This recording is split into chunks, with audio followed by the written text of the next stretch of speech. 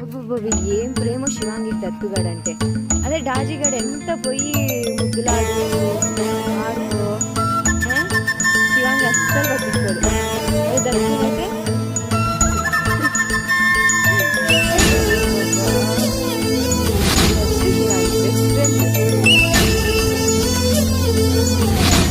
శివాంగి వస్తావా?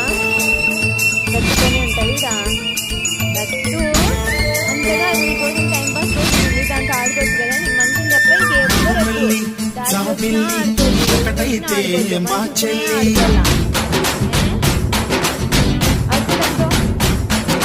మన్మధుని రాఘవుని కలబోతే బావ అని